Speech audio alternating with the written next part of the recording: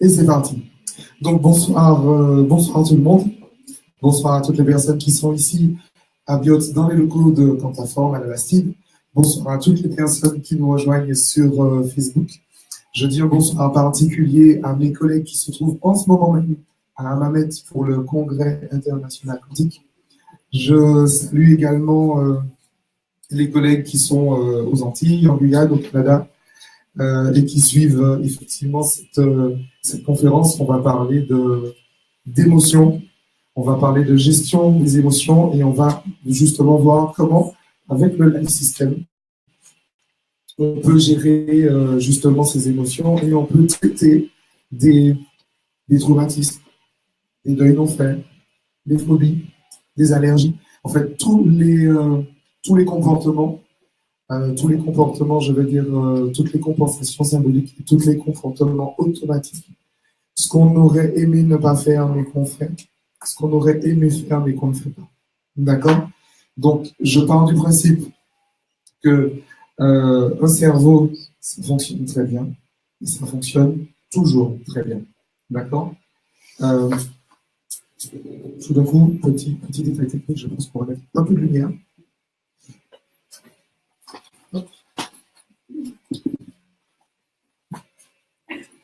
En fait, c'est surtout pour les amis Facebook, parce que du coup, je me trouvais un peu dans la pénombre.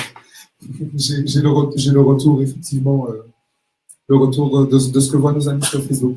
Donc, on va parler du processus traumatique et on va voir comment est-ce qu'avec le life system, on peut traiter ces processus-là. Le principe, c'est que ce qu'il y a d'innovant finalement dans l'approche de ce soir, c'est qu'on va forcément avoir une approche quantique de la réalité, une approche quantique du traitement des émotions. C'est là où les choses sont peut-être un peu innovantes. On va voir comment la technologie développée par Plantaforme peut effectivement, et diffusée par Plantaforme, peut effectivement aider. Je crois que ici, et je sais que sur Facebook, il y a des praticiens, des thérapeutes, il y a des thérapeutes en tout genre, d'ailleurs, des praticiens en tout genre. Et donc, on va voir, c'est l'occasion pour ces personnes de découvrir justement le life system. Sachant que les choses, comme l'a expliqué Maïda tout à l'heure, ça correspond, c'est beaucoup plus simple quand on a cette vision quantique de la réalité. D'accord? Donc, apparemment, tout fonctionne. Tout fonctionne. Les internautes seront là, ils m'entendent, tout le monde m'entend, c'est parfait. Et en plus, le dernier rang m'entend, donc c'est parfait pour commencer. Donc, une émotion. Qu'est-ce que c'est qu'une émotion? La qualité de notre vie, c'est la qualité de nos émotions. On est OK? L'émotion, elle n'est pas propre à l'humain, puisqu'on la retrouve en fait dans d'autres règnes de la vie, j'ai envie de dire. Mais la particularité de l'humain, c'est qu'il a la possibilité de gérer consciemment ses émotions. Alors, on va partir depuis le début. Comment est-ce que se crée on va partir directement du processus traumatique. Quand un être humain vit un événement, il reçoit un certain nombre d'informations. D'accord? Les informations passent par les sens. La vue, l'odorat, le goût, le toucher, l'ouïe, etc. Maintenant, on peut effectivement percevoir des informations. Et puis, écoute, ouais, c'est cool. J'ai vu ça, j'ai entendu ça, il s'est rien passé. Comme disent les profs à l'époque, mon père est un prof de la vieille école, donc je le taquine souvent comme ça. Comme ils disent, ça entre là et ça sort là. Pourquoi est-ce que c'est entré là et que c'est ressorti aussi sec? Tout simplement parce qu'il n'y a eu aucun ressenti affecté à l'information, ou encore un ressenti extrêmement léger. Il n'y a pas eu du tout d'intérêt finalement. Qu'est-ce qui s'est passé? Qu'est-ce qui se passe entre l'oreille et l'autre oreille? pour garder ce schéma-là, même si il n'y a pas d'exégèse scientifique par rapport au schéma, c'est juste un symbole. Mais entre les deux oreilles, il y a le système limbique. Il y a des parties du cerveau, dont un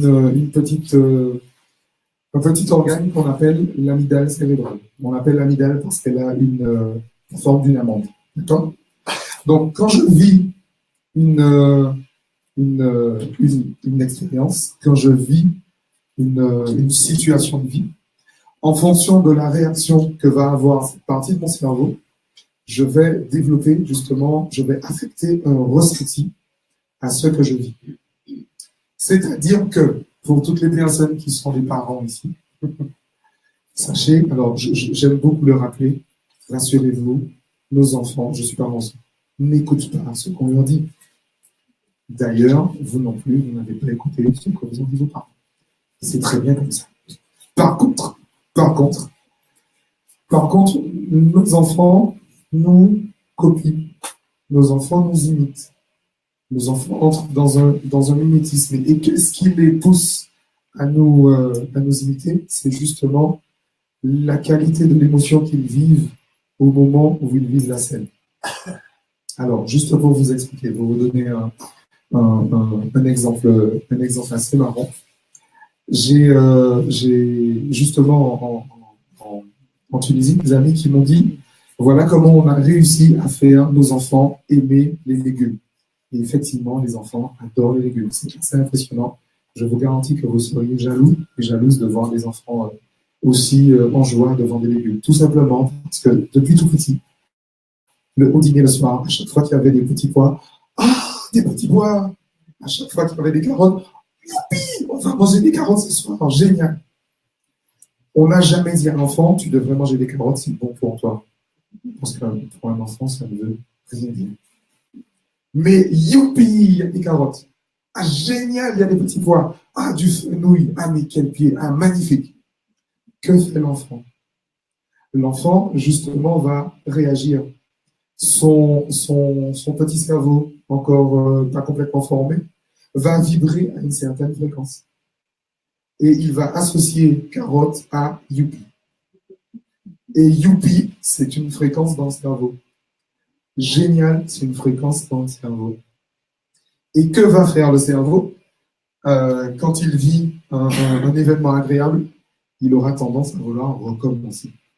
Vous avez remarqué que tout ce qu'on aime, on a envie de recommencer. Donc, c'est en fait tout simplement ça le principe. Donc, ça, c'est pour une petite histoire. Comme ça, vous avez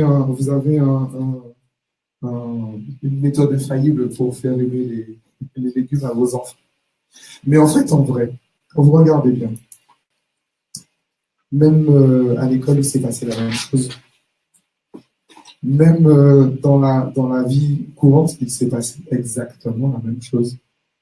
Quand un enfant avait un ressenti complètement positif auprès d'un enseignant, et d'ailleurs, ça ne s'arrête pas, hein, parce qu'à l'école, au lycée, à la fac, c'est pareil. Vous avez des personnes qui sont devenues complètement performantes dans une discipline, tout simplement parce que l'enseignant avait cette capacité de faire vivre une émotion absolument extraordinaire, en fait, à un enfant. Personnellement, je suis passé de 4 sur 20 de moyenne en comptabilité à 18, rien que parce que d'une année à l'autre, j'ai eu un autre professeur de compte. Ce n'était que ça, vraiment que ça. Donc, qu'est-ce que ça veut dire? Je vis une expérience. J'ai 5 ans. Nous sommes le 15 avril. Et j'ai failli me faire renverser par une voiture rouge. Okay? Cet événement, je l'ai vécu. J'ai cru que j'allais mourir. Oh mon Dieu, waouh! Je sens que. Pourquoi? Parce que le corps, il est comme ça. Le corps est fait pour gérer justement les stress. D'accord? J'ai cru que j'allais mourir parce que la voiture, j'ai vu ma mort arriver. Ok. Donc, qu'est-ce qui se passe? Je vis un événement dans une solitude totale. Wow. Je vis l'événement comme étant sans solution. Il n'y a rien à faire, je ne peux absolument rien faire. La voiture arrive, je ne suis pas de taille face à la voiture. Je vis l'événement dans une certaine obsession. Il n'y a que ça qui occupe en fait mon cerveau. Il n'y a que ça. Mais à 5 ans, le pauvre petit, il n'a pas les moyens en fait de gérer ça. Donc qu'est-ce que va faire son cerveau? En fait, il va se retrouver dans l'impossibilité de conduire une émotion. Étymologiquement, émotion, c'est mouvement vers l'extérieur. Ex movere. D'accord? Cette émotion ne peut pas être conduite par le corps de l'enfant. Pourquoi? Parce que son corps est trop immature pour une telle quantité d'énergie. Okay? L'émotion, c'est une information en mouvement. Une information en mouvement, on appelle ça énergie. D'accord? L'information en soi est non locale. D'accord? On ne va pas faire un cours de physique quantique, mais le principe, il est là. L'information est non locale. Dans l'inconscient, dans le non manifesté, dans le sans forme, une information est non locale. Tout est silencieux, immobile et aligné. Donc en réalité, on appelle ça le rien. D'autres appellent ça le vide. Mais on appelle ça aussi le tout. Puisque tout est rien, le tout est le vide est le plein, etc. Donc tout existe en termes de potentiel, mais rien ne bouge. C'est une information. Quand l'information commence à bouger, on appelle ça une énergie. Okay? Elle va bouger un coup à droite, un coup à gauche. Une oscillation. Une oscillation, c'est quoi? C'est un son. Donc il n'y a plus de silence. Et il n'y a plus non plus d'alignement. D'accord? Donc l'information bouge. L'information qui bouge est une énergie. L'énergie a des tonalités, on va dire, des caractéristiques. Okay? Donc, une voiture rouge qui arrive à très grande vitesse devant mes yeux, même quand je suis un enfant, je sais qu'il y a un souci. Pourquoi? Parce que la nature est faite comme ça. La nature, le cerveau a un objectif et un seul, maintenir en vie celui qui est en dessous. Un seul objectif. Okay? Il n'est pas là pour qu'il soit heureux, pour qu'il soit en bonne santé, machin. Ça n'existe pas. C'est vivant ou mort. Okay? Donc, le but du jeu pour le cerveau, c'est que le gars qui est en dessous, la nana qui est en dessous, est vivante. D'accord? Maintenant, l'enfant qui a 5 ans, le 15 avril, face à sa voiture rouge, par instinct, son corps va déclencher un certain nombre de réactions. Sauf que l'enfant, il n'est pas suffisamment mature pour ou entrer dans l'agressivité ou entrer dans la fuite. Donc, il va entrer dans une certaine anesthésie. Il devient immobile. Okay? Ces façons de fonctionner, jusqu'à notre mort, notre cerveau aura toujours les mêmes. Anesthésie, fuite, agressivité. D'accord? Face à un stress, le cerveau a toujours ces 3 armes-là. Toujours, encore une fois, pour maintenir en vie celui qui est en dessous. D'accord? Maintenant, l'enfant à 5 ans, bon, pas suffisant, pas nécessaire, pas suffisamment mature physiologiquement pour gérer ça. Et en plus, peut-être même que cet enfant-là, finalement, la voiture ne l'a même pas touché. Donc, qu'est-ce qu'il va faire? Naturellement, il va vouloir extérioriser cette très très forte émotion qu'il a ressentie. Comment est-ce qu'une émotion sort du système? D'un point de vue thermique ou d'un point de vue mécanique. Donc, on va entrer dans un mouvement, il va taper des pieds, il va crier. Le cri est un mouvement. D'accord? Et il va aussi devenir touche-peau. D'accord? Alors, il se trouve que le pauvre malheureux, il a une réaction énorme. Il a eu peur et il se met à crier. L'adulte qui est à côté voit effectivement qu'il a eu peur, mais trouve la réaction de l'enfant disproportionnée. Il lui dit, mais allez, c'est bon, arrête de crier, ça va, ça y est, écoute, laisse tomber, ça y est, ok, c'est cool. Tu n'as rien, tout va bien, il n'y a pas de souci. Mais l'enfant, il a encore une grosse masse d'énergie à faire sortir de son système. Et c'est là où c'est très important que les adultes soient conscients de ça. Un enfant n'est jamais trop, en fait, il n'est jamais dans le caprice, en fait. Le caprice, c'est un jugement qu'on porte sur un comportement. Et même nous, adultes, qui avons des réactions émotionnelles fortes par rapport à certains comportements, on n'est jamais dans le caprice. Tant qu'on a envie de pleurer, on pleure. Tant qu'on a mal, on dit qu'on a mal. Tant qu'on a une émotion, tant qu'on sent de la colère, de la rage, on l'exprime, on l'extériorise. Il n'y a pas de meilleur moyen de gérer une émotion que de l'extérioriser. D'ailleurs, l'extérioriser n'est pas le meilleur moyen, en fait. C'est le seul. C'est le seul moyen. Parce que dans l'ordre naturel des choses, une émotion est un mouvement vers l'extérieur. Okay. Mais alors, qu'est-ce qui se passe si je ne peux pas ou je ne veux pas extérioriser toute cette émotion que je ressens? Donc, l'émotion va rester coincée. En fait, je ne veux pas l'extérioriser parce que maman m'a dit, bon, écoute, c'est fini avec ça maintenant, c'est cool, c'est fini, c'est passé. Okay? Ou encore, parce que moi, adulte, peut-être 20 ans plus tard, non, je suis dans une situation où non, ça ne se fait pas, je suis un homme. Non, je ne pleure pas. Non, je suis dans une situation professionnelle, donc non, je suis en colère, mais je ne me mets pas en colère. Ok, c'est comme ça. Parce qu'on est des adultes, on a appris à faire comme ça. Okay. Je parlais du congrès de quantique de la Manette tout à l'heure. Et à ce congrès, aujourd'hui, il y a le docteur Tal Chalère qui a parcouru le monde et qui a trouvé, figurez-vous, ça existe, des civilisations où il n'existe ni guerre ni cancer. C'est marrant? Ni guerre ni cancer. Ouais, ça existe sur le monde. Dans le monde, là, au moment où on parle, là, en 2018, il y a des civilisations où il n'existe ni guerre ni cancer. Alors, ce qui est curieux, c'est qu'il a remarqué que dans ces civilisations-là, dans ces groupes sociaux-là, les personnes avaient totalement la liberté d'exprimer leurs émotions. Et ça fait des choses un peu curieuses. On peut voir des vieillards, par exemple, sur la place publique, qui se mettent à crier. Ok. Il n'y a ni guerre, ni cancer. Ok. Curieux, cette histoire. Je vous invite vraiment à voir les travaux du docteur Chalère. C'est impressionnant ce qu'il fait. L'émotion que je n'ai pas extériorisée, l'émotion que je n'ai pas extériorisée volontairement, que je n'ai pas laissée sortir, je vais la maintenir dans un sac. Et le sac, en fait, en plus, en fonction des conditions sociales dans lesquelles j'évolue, je vais m'arranger pour que ce sac soit bien fermé à clé. Parce que ça ne se fait pas. Parce que dans ma culture, dans ma famille, on ne se met pas en colère contre maman. Parce que dans ma culture, on ne remet pas en cause ce que disent les anciens. Parce que dans tel pays, un homme n'a pas le droit de pleurer.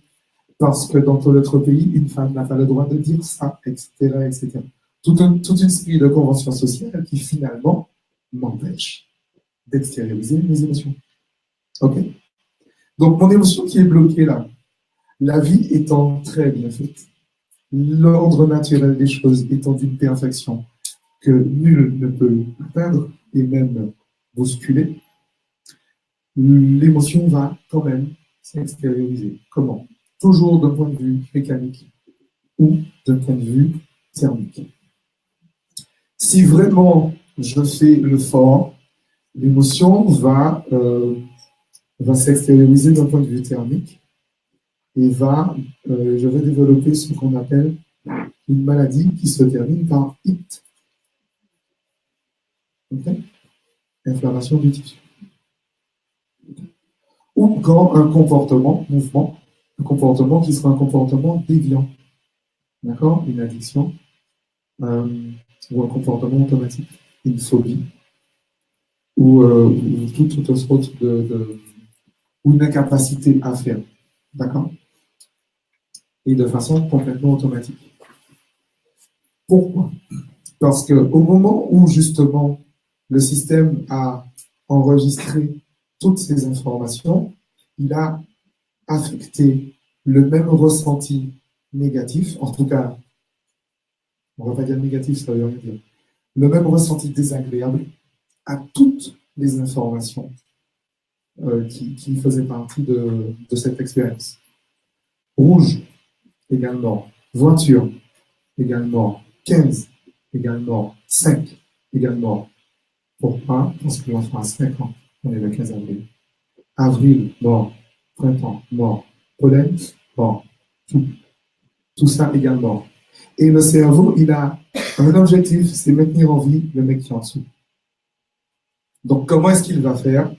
Il va développer de l'agressivité, de la fuite ou de l'anesthésie face à tous les éléments qui représentent, qui rendent présent l'expérience. On appelle ça le retraitement temporel. 24 sur 24, que je mange, que je dorme, que je sois éveillé, le cerveau retraite temporellement le même événement. C'est-à-dire qu'en fait, en vrai, le cerveau revit tout le temps l'événement. Le passé n'existe pas dans un cerveau. Le futur non plus. Il n'existe que le présent. Et au présent, je suis en train de vivre cet événement qui a failli me tuer. D'accord? J'ai cru que j'allais mourir parce que la voiture rouge est arrivée très fort. Donc, qu'est-ce que cet enfant va développer? Il va développer peut-être une agressivité envers tout ce qui est rouge. Okay? Il va peut-être être... Alors, j'espère qu'il n'est pas belle et je pense qu'il ne va pas supporter l'équipe nationale. C'est pas des diables rouges. Okay. Peut-être que quand il arrivera à l'âge de 15 ans, il sera incapable de passer son permis de conduire.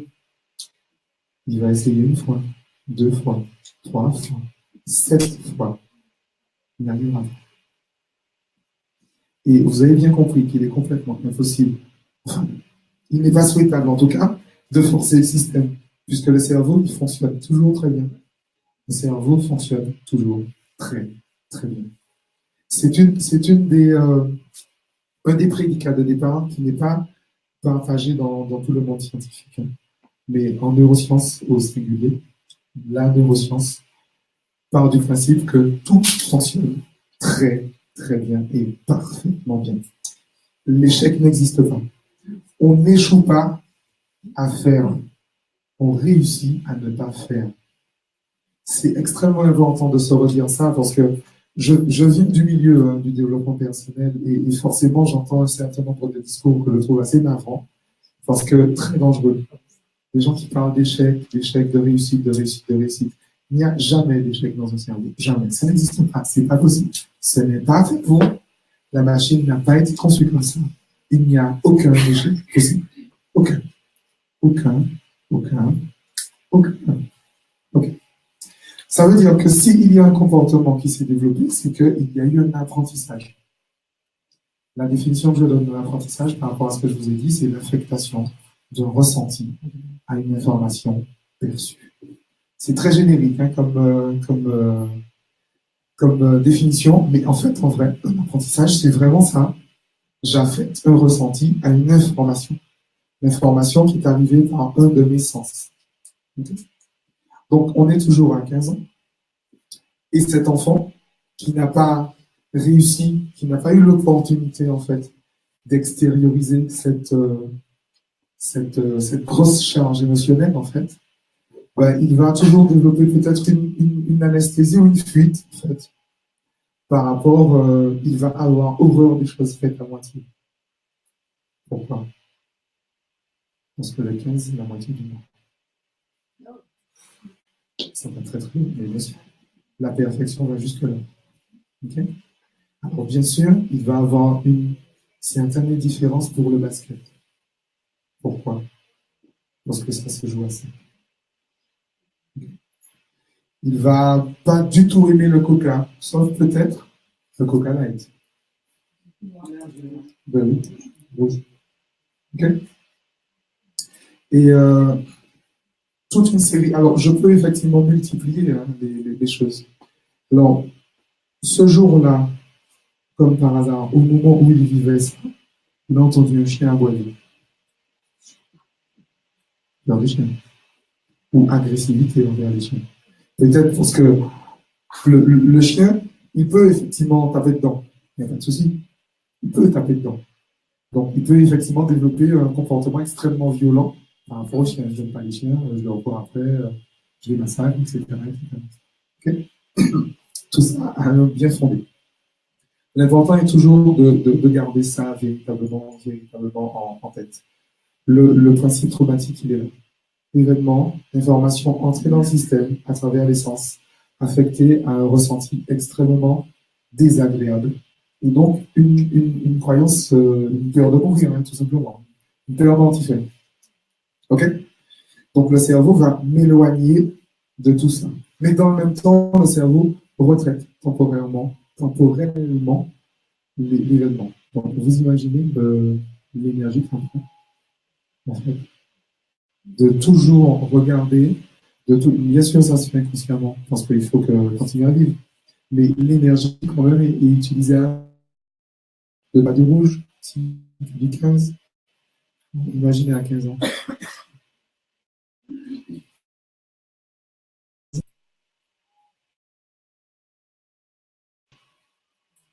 Parce qu'il ne peut pas fuir les 15 ans.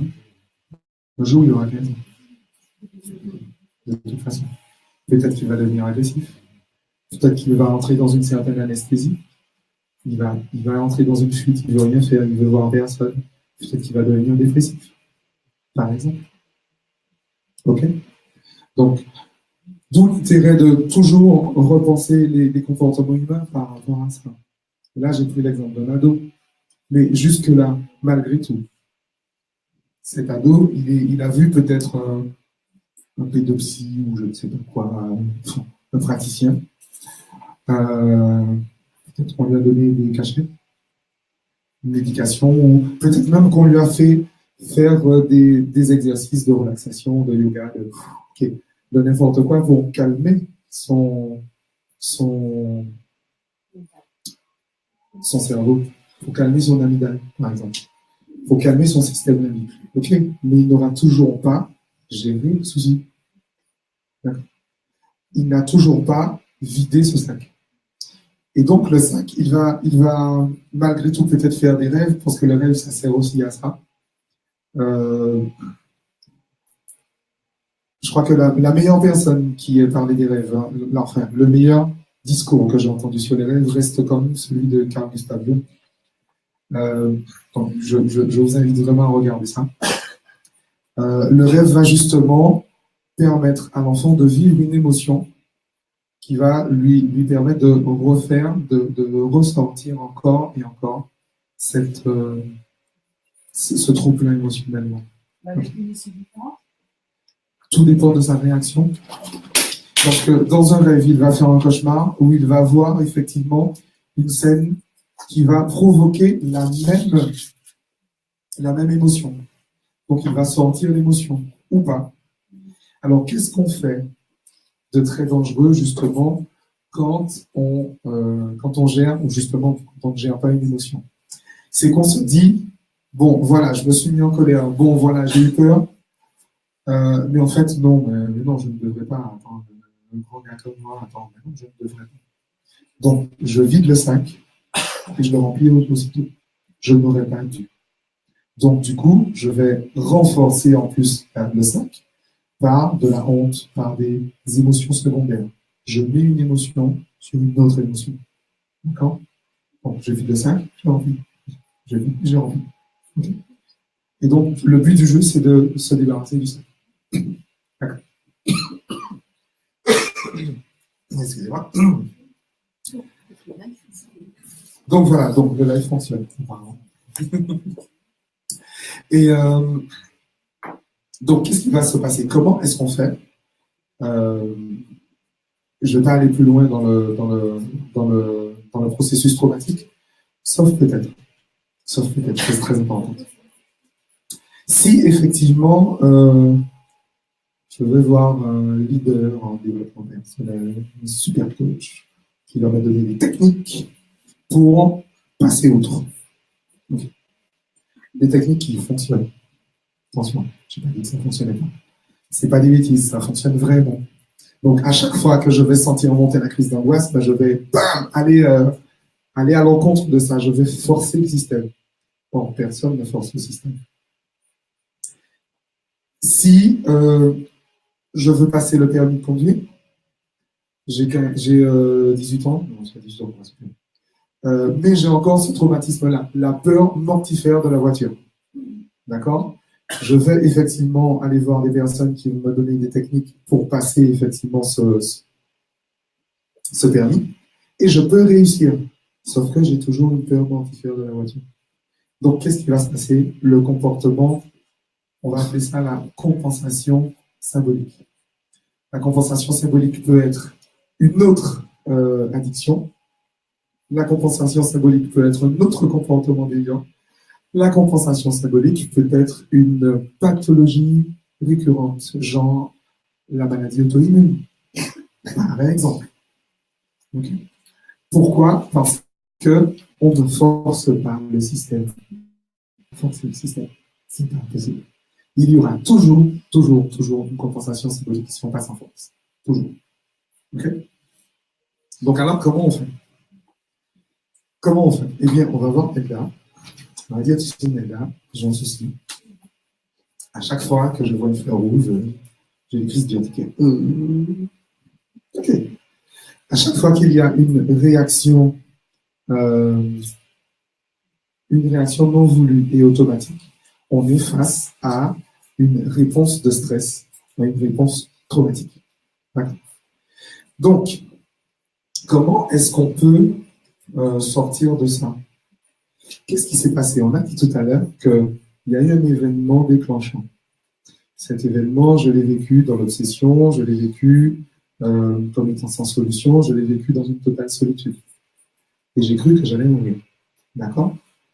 Donc, toutes les images qui sont liées, toutes les informations qui sont liées à cet événement sont frappées de la même tonalité émotionnelle. Qu'est-ce qu'on fait? Tout simplement, et je dis bien tout simplement, c'est extrêmement simple, je désapprends. Désapprendre, c'est-à-dire que je vais dissocier l'événement de la tonalité émotionnelle qui va avec. Je vais dissocier le rouge de la peur de la mort. Je vais dissocier l'aboiement du chien de la colère. Je vais dissocier la réprimande de la tristesse, parce que maman m'a réprimandé. Donc je suis triste à chaque fois qu'on me réprimande. Alors imaginez à 20 ans ou à 40 ans ce que ça donne quand j'ai un supérieur qui me réprimande. D'accord? Là, c'est un peu vrai. Donc, on est bien là face à quelque chose qui fonctionne. Okay. Donc, on peut effectivement, je prends volontairement des exemples dans la vie quotidienne, parce qu'on a tous une vie, amoureuse, on a tous une vie professionnelle, on a tous une vie sociale, et on peut se retrouver face à des situations comme celle-là, et sans pour autant chercher la bonne solution, en vrai. En se disant, il y a quelque chose qui ne fonctionne pas, je vais réparer. En réalité, encore une fois, ça fonctionne très bien. Il y a un bien fondé dans le fait que je sois triste à chaque fois que mon patron me réprimande. Il y a un bien fondé. Okay? Et si je remets la main dessus, si je reprends la main, si je prends la responsabilité véritablement de mon comportement, en considérant que c'est un comportement complètement sain. D'ailleurs, le comportement, il m'a sauvé la vie. Hein. Je ne sais pas si vous avez retenu l'histoire. Le cerveau, il m'a maintenu en vie. Jusqu'à présent, je suis resté en vie. Et pour rester en vie, je fuis les réprimandes. D'accord. Donc, qu'est-ce qu'on fait? On va considérer que tout ce qui me fait peur va déclencher dans mon cerveau la même émotion. Qu'est-ce qu'une émotion? Une émotion est une fréquence. Sur quoi est basé le life system? Sur, précisément, les fréquences qui vont informer et désinformer la cellule. Et c'est là qu'on revient à un petit rappel sur, justement, la physique quantique. OK. Une information se met à bouger. Ça donne une énergie. L'énergie commence à s'organiser. Donc, comment est-ce que l'énergie s'organise? Il y a un noyau central, on appelle ça un atome. Je ne parle pas depuis les cordes. Je pourrais partir depuis les cordes. Je vais rester avec les cordes chères à l'office scientifique, mais on va rester un truc beaucoup plus classique. un noyau, et puis un électron, quelques électrons qui tournent autour. Et puis, cet atome va s'organiser avec d'autres atomes. On va appeler ça une molécule.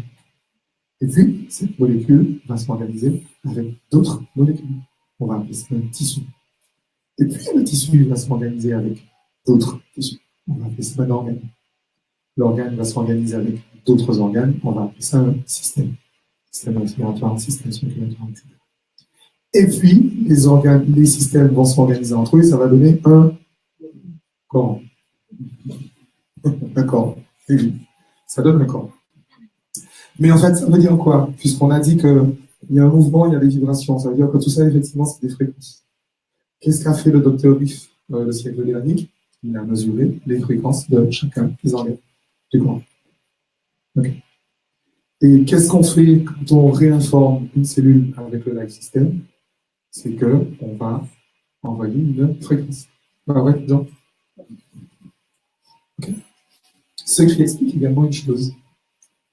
Les maladies en HIT. Pourquoi est-ce que j'ai mal à la 7e dorsale et que ma 6e dorsale va très bien? Parce que l'émotion qui correspond à la dévalorisation que je vais ressentir est une fréquence particulière. Une fréquence se mesure à 4 chiffres après la virgule. D'accord?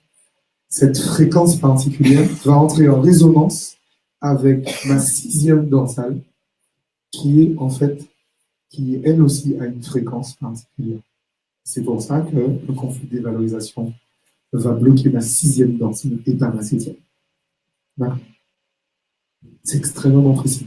S'il y a des ostéopathes dans la salle ou sur Internet, vous êtes bien familier de ce genre de choses. OK? Donc, ce qu'on fait justement des docteurs, des médecins, des chercheurs, comme Dr Thomas Lamotte, comme effectivement Riff, c'est qu'effectivement, on s'est dit, mais effectivement, chaque émotion affecte un organe, un tissu, voire même un type de molécule particulier. Okay. Donc, le foie va concerner certains types d'émotions, tout simplement la colère, tout simplement parce que ça correspond effectivement à la vibration la plus proche. Donc, on a une résonance entre le foie et la vibration de colère. Le pancréas, les poumons, etc. Pardon? La tristesse. La tristesse. La tristesse va. Alors, la tristesse, justement, c'est là où il y a des subtilités. C'est qu'effectivement, la tristesse va affecter les poumons à un certain niveau, au niveau ventilatoire. D'accord? Chaque organe, et alors, dans certaines disciplines, on retrouve également en médecine traditionnelle chinoise, en réalité, il y a toujours une triangulation. C'est-à-dire que chaque organe est répercuté sur deux autres. Okay? Si je suis triste, je n'ai pas fait un deuil non fait. La tristesse, quand on est triste, on fait quoi? On souffre cette fois. On souffre.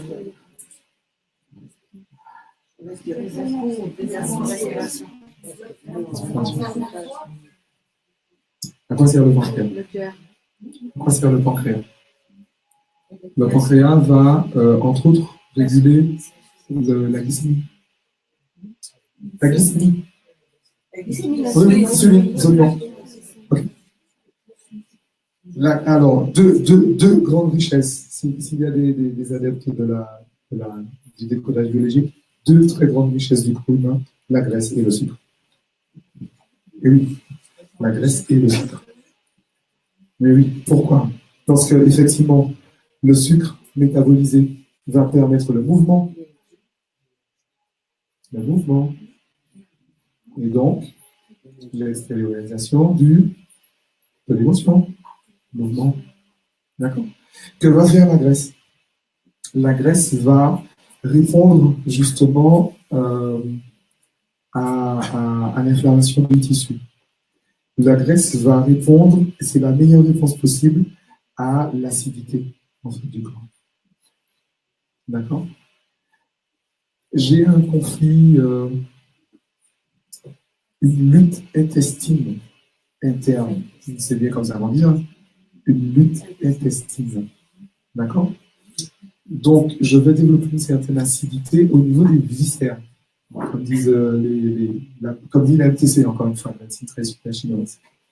Que va faire justement mon corps pour compenser cette acidité? Va enrober la cellule d'une cellule adipeuse. Le tissu qui est engagé dans une cellule sera protégé par le corps par une cellule adipeuse, par le développement des cellules adipeuses autour. Donc faites toutes les régimes que vous voulez. Hein. On ne force pas le système. Vous pouvez ne pas manger pendant X temps, et ça fait pareil. Pour dire quelque chose qui va bien vous choquer, je connais quelqu'un qui est pranique. Elle est pranique. Alors, elle adore s'alimenter, donc elle s'alimente tout le temps. Et elle ne mange forcément pas, puisqu'elle est pranique. Et elle est pranique. Elle se nourrit de prana. Elle se nourrit de prana. Elle ne s'alimente pas. Elle ne mange pas, je veux dire, mais elle s'alimente de prana, de lumière. D'accord? Et elle est toute rondouillette. Elle est toute grassouillette. Elle est toute grassouillette. Et oui, mais évidemment, bien sûr. Parce que même si je ne m'alimente pas, j'ai toujours des interactions dans mon corps. Enfin, même si je ne mange pas, je m'alimente. Encore une fois, les praniques s'alimentent tout le temps. On ne peut pas être anorexique et pranique à la fin. D'accord? Ils s'alimentent tout le temps. Ils s'alimentent de l'information, puisque on a dit que l'information organisée, on appelle ça de la matière.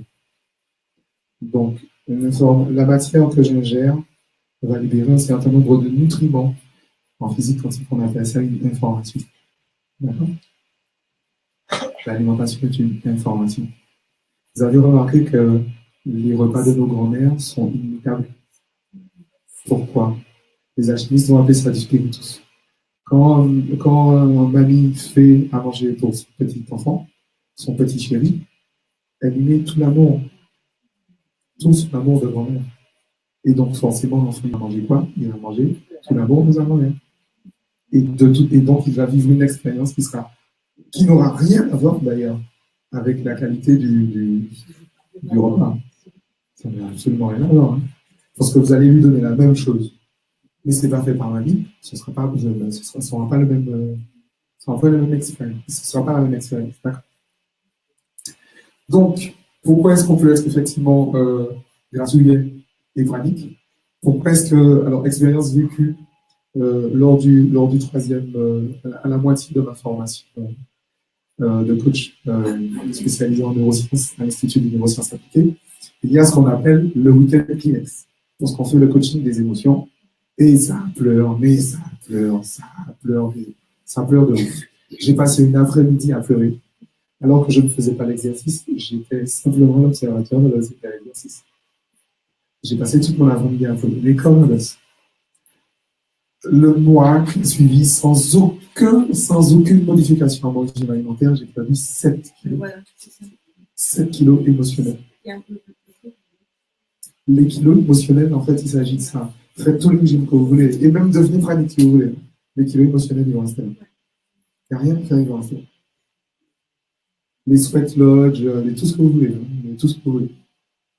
Les kilos vont toujours rester. OK? Donc, qu'est-ce que je vais faire quand je vais aller voir Nelda? Je vais lui dire, écoute, ça passe pas, je sens ci, je sens ça, je sens ça. Et qu'est-ce que Nelda va faire? Elle va me faire passer sur le life. Et qu'est-ce que le life va faire? Je vais penser effectivement, alors déjà, c'est une machine de biofeedback. Donc, en fait, la machine va me raconter ma vie. C'est assez bizarre comme expérience. Mais comment tu sais ça? La machine va me raconter ma vie. C'est assez impressionnant. Et en fait, qu'est-ce que je peux faire? Je peux réinformer en fait la cellule.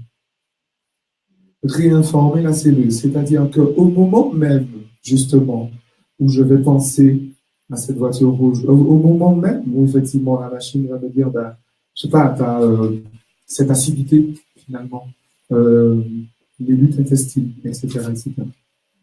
Qu'est-ce que je peux faire? Je peux envoyer, alors, la préférée de Nelda, de l'euphorie. L'euphorie. C'est-à-dire que je vais associer finalement, je vais envoyer de l'euphorie alors que mon cerveau, il a l'habitude de mettre de la peur, de la terreur. Alors, euphorie ou terreur? Attends, je ne comprends plus. Il se passe quoi? Attends, la voiture rouge, mais oui, voiture rouge, mais terreur, mais je ne sens plus la terreur. Je sens de l'euphorie. Donc finalement, le rouge, non, mais ça ne fait pas peur. Même pas peur d'abord, on a la mer. Donc en fait, on en est là. Et on arrive, alors c'est bien sûr, c'est extrêmement schématisé. Mais le principe, il est là. Le principe, il est qu'en réinformant la cellule, quand vous regardez bien, toute la psychologie énergétique, c'est pareil, le FT, la acupuncture, etc. Et c'est d'ailleurs la raison pour laquelle, à mon avis, à mon humble avis, toutes les séances de live devraient se terminer par l'acupuncture. Mais absolument tout. Absolument tout. Pourquoi? Parce que précisément, on va remettre en circulation les énergies. Qu'est-ce qui se passe quand une information, une émotion, c'est une énergie. L'énergie est bloquée en quelque part. Si je la refais circuler, elle circule. Et au moment où je vais évoquer l'événement, ben, du coup, il n'y aura plus de blocage énergétique. Il y aura une circulation énergétique qui va donc rétablir la circulation, la fluidité de l'énergie par rapport à l'événement. Ce qui fait que si demain, je rencontre une charmante demoiselle qui a une voiture rouge, ben, je ne vais pas l'envoyer bouler. Tout simplement. Mais ça peut aller jusque-là. Je prends toujours volontairement des exemples de la vie courante parce que vous pouvez vous demander, mais pourquoi j'ai fait ci, pourquoi j'ai fait ça? Un truc complètement anodin. Ben, simplement parce que dans ton cerveau, rouge également. Donc la fille qui a la voiture rouge, non. Dommage qu'il a fait un peu de vie. Ah. Un peu dommage. Eh bien, alors, il est peut-être. La machine, alors pour nos amis qui sont à l'étranger et qui ne sont pas sur place et qui n'ont pas la chance, l'honneur, le privilège de connaître la machine qui est là, ben justement, c'est une machine qui va donner un feedback sur le sujet et qui peut justement réinformer la cellule. Donc ce serait peut-être plus, ce serait pas comme toi qui en parle. Déjà, d'un point de vue technique, et peut-être pourquoi pas trouver un cobaye, je sais pas, quelqu'un qui a une allergie à la poussière, la peur des chiens, la peur des ravets, la phobie des araignées, des petites bébêtes comme ça. Hein?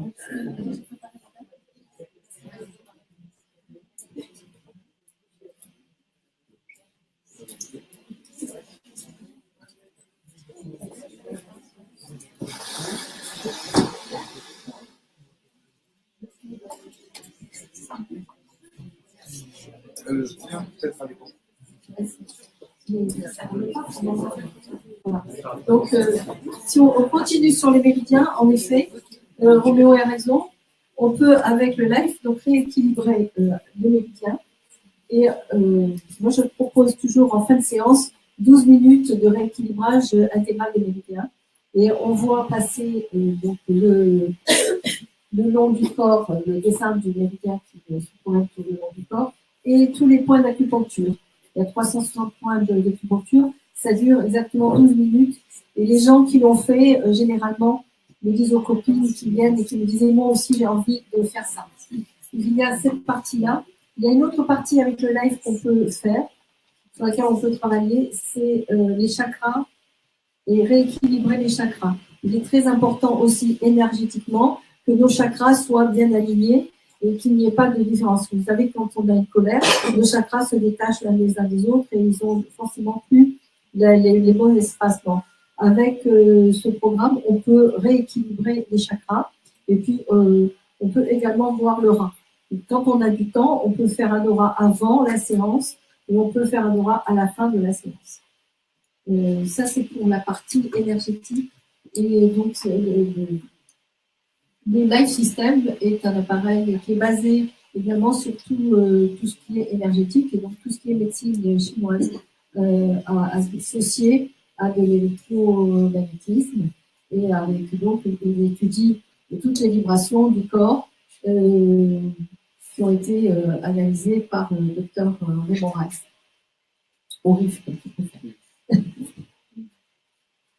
Donc, dans l'émotionnel, il y a deux tableaux émotionnels importants.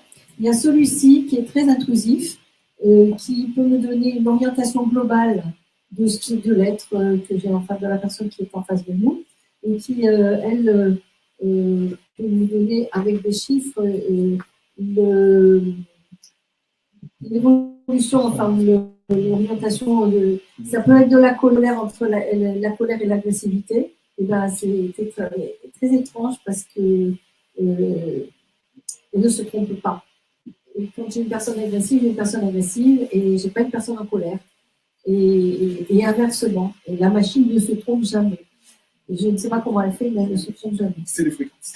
C'est les fréquences, voilà. Ce sont les fréquences qui nous donnent les bonnes informations. Donc, à partir de là, de ces fréquences, on peut aller ensuite dans un autre tableau. Vous voyez, il y a 36 tableaux qui sont très divers, mais aujourd'hui, on ne voulait s'attacher qu'aux émotions. Donc là, je prends les tableaux émotionnels. Et alors, comme il y a vraiment plus de 1000 émotions à traiter, et qu'il est très, très vaste, et que pendant qu'on travaille sur une émotion pendant 1 minute, on est bloqué sur le tableau. Et donc, j'ai vous ai fait un tableau, j'ai repris toutes les émotions sur un tableau à part pour qu'on puisse aller les piocher. Alors, quand je travaille avec les mamans, par exemple, je leur donne la liste et elles me disent donc, mon fils, vous pourriez faire le 22 ou le 340 parce qu'elles ne veulent pas dire, je ne sais pas moi, hyperactivité, désobéissance, tristesse, voilà, tous les mots qu'elles ne veulent pas prononcer devant leur enfant. Elles me donnent les chiffres, et ça marche très très bien d'ailleurs. La complicité se fait très bien. Donc ça, c'est pour ce tableau-ci. Il y a plus de 1000 émotions, qui est très intéressant parce que vraiment, on peut aller de la joie à la tristesse. Et puis là, il y a des tas, je ne sais pas moi, besoin de reconnaître et de résoudre, par exemple. Quelqu'un qui ne sait pas ce qu'il faut faire. Dans celui-ci, on est dans les conflits. On peut aller jusqu'au conflit de nourriture, tu parlais de surpoids. Donc, on peut aller sur conflit de nourriture, conflit d'émotion, conflit de famille, conflit de créativité, décision de vie, décision de direction de vie, discipline, ordre, tout ça, voilà. Là, ce sont les âges. Alors, quand on tire les âges, quand on sélectionne les âges sur la personne, il sort la première séance, il sort les petits premiers âges de stress, positifs ou négatifs. Et ensuite, on renettoie les mémoires. Donc, quand on nettoie la mémoire du 15 ans ou du 15, par exemple, et la voiture rouge, on pourra nettoyer la mémoire plus loin avec le rouge. Là, la séance d'après, si c'est vraiment bien nettoyé dans notre tête, on a même oublié. On oublie. Alors, ce qui je note souvent, c'est que la personne qui est traitée oublie pourquoi elle était venue la première séance. C'est bien, j'ai eu un monsieur qui ne pouvait pas parler, mais qui ne pouvait pas parler s'il ne prenait pas des petites pastilles. Pour dire 3 mots, il prenait des petites pastilles. Au bout de 3 séances, je lui dis, bon, alors, la gorge, qu'est-ce qu'on fait? Il m'a dit, madame, vous vous êtes trompée de fiche. Je n'ai jamais eu mal à la gorge. Voilà. Donc, il a oublié carrément qu'il avait ce problème à la gorge. Ça devait être lié certainement de l'émotionnel, et que cet émotionnel, on l'a traité, on l'a nettoyé, et puis terminé. Et alors, si tu veux, moi, j'aurais aimé, et c'est un petit peu pour ça que j'ai fait la promotion aujourd'hui, c'est qu'on rentre dans ce panel de processus. Ce panel de processus est très puissant. Il est très puissant, mais il faut le comprendre. Et c'était en ça que je voulais que vous soyez là, parce que quand Roméo en parle, c'est vraiment chaque terme est pris et expliqué dans notre cerveau comment ça se passe. Je sais pas qui m'a parlé, mais c'est toi, hein, c'est pas toi. Alors je te passe les. J'ai préparé une personne là parce que comme il fallait la préparer, mettre les noms, équilibrer la machine, etc. Donc j'ai tout préparé. On pourra après la prendre en exemple. Et tu parlais de l'arrêt, par exemple, du rouge, de l'agressivité ou de la peur. Quand on fait sur les addictions également, on dit penser à la cigarette et penser que détruire la cigarette. Et, voilà. Et on a prise de décision, conflit, volonté, et tout ça est dit, et tout ça est imprimé. Donc je vais rentrer dans les processus. Et si tu veux, c'est surtout ce processus mystique qui me chiffonnait. Et après, il y a le processus de centration, mais si tu veux, tu me guides et puis je gère la machine. Alors, peut-être justement un mot sur justement les processus mystiques. Ça peut être surprenant de dire qu'on parle de processus mystiques alors qu'on est en train de parler de gestion d'émotions, on est en train de parler de choses scientifiques. Là, c'est de la science, hein, je veux dire, c'est une machine, voilà, c'est de la science. Pourquoi ? Parce que on sait aujourd'hui que une croyance correspond en fait à une physiologie. D'accord ? C'est le docteur Bruce Lipton qui en parle beaucoup mieux que moi. Toutes les croyances en fait correspondent à des physiologies. C'est-à-dire qu'il y a bel et bien un patrimoine génétique de la croyance, y compris la croyance, j'ai envie de dire, d'ordre mystique. Il y a des gens qui croient au karma, il y a des gens qui croient aux entités, des gens qui croient au... Et donc, on peut se retrouver avec des personnes qui, par exemple, vont développer, en termes de processus mystiques, peut-être les plus fréquents, comment on va dire ça, la punition. Le bon Dieu va te punir. D'accord ? Et comme j'ai fait quelque chose de mal, je culpabilise, je vais me créer finalement une punition. Je vais me créer dans un processus mystique. Le bon Dieu m'a puni parce que j'ai fait ça, parce que j'ai volé l'argent de mamie, etc., etc. Donc le bon Dieu m'a puni. Et donc je vais continuer toute ma vie à me dire le bon Dieu m'a puni parce que j'ai volé de l'argent quand j'avais 6 ans dans le portefeuille de mamie. Et finalement, je vais arriver à l'âge adulte où je veux créer une entreprise, je n'y arrive pas. Et peut-être même qu'effectivement, après avoir vu toute une série de praticiens, je n'aurais pas mis à jour justement ce fameux processus mystique. D'accord ? Je n'aurais pas mis à jour. Alors, il n'est pas dit, je ne suis pas en train de dire que la machine va dire oui, à 6 ans, tu as volé de l'argent dans le portefeuille de mamie. C'est pas ça que je suis en train de dire. Je suis en train de dire qu'effectivement, on va entrer dans ce processus. Si la machine l'a détecté, ça veut bien dire que ça correspond encore une fois à une fréquence particulière. Ça correspond également à une physiologie. Alors, juste, entre parenthèses, avant de poursuivre, si ça correspond à une physiologie, ça veut dire que c'est quelque chose que je peux transmettre à mes enfants, par exemple. Okay. Si je n'ai pas résolu le conflit, je le transmets à mes enfants. Pourquoi ? Parce que mes enfants, ils ont hérité de mon patrimoine génétique. D'accord ? Alors, il y a quelqu'un qui m'a fait une remarque extrêmement pertinente, c'est pas plus tard qu'hier.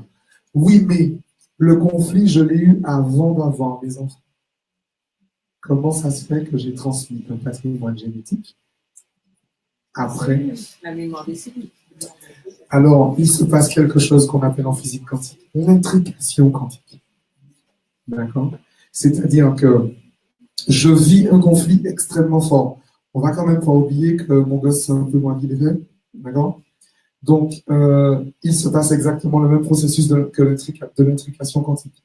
Je vis un stress extrêmement fort, même si mon fils ne l'a pas vécu, mais il est en résonance avec moi. Le principe de l'intrication, j'ai un système, j'enlève 2 cellules, de ce système. Je mets une cellule en Papouasie-Nouvelle-Guinée, je mets une autre en France. C'est les opposés. Hein, j'agis sur la cellule qui est en France, la cellule qui est en Papouasie-Nouvelle-Guinée réagit comme si, exactement au même moment, comme si j'étais en train d'agir dessus. D'accord?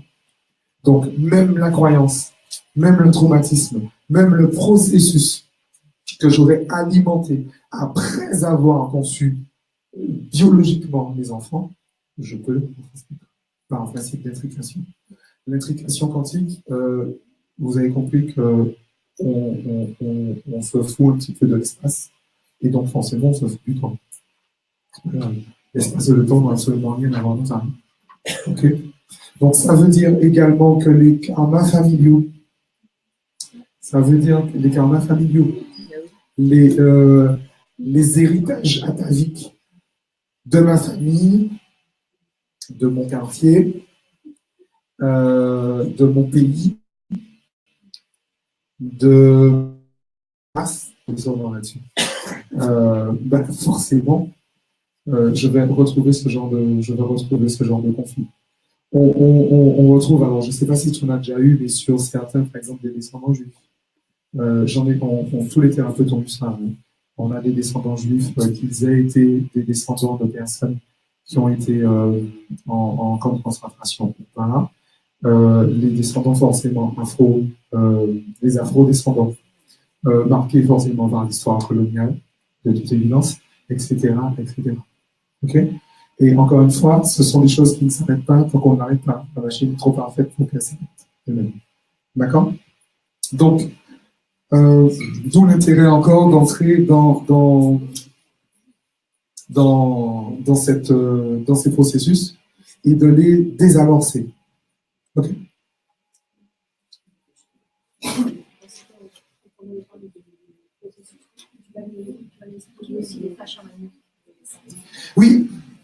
Oui, absolument. Alors,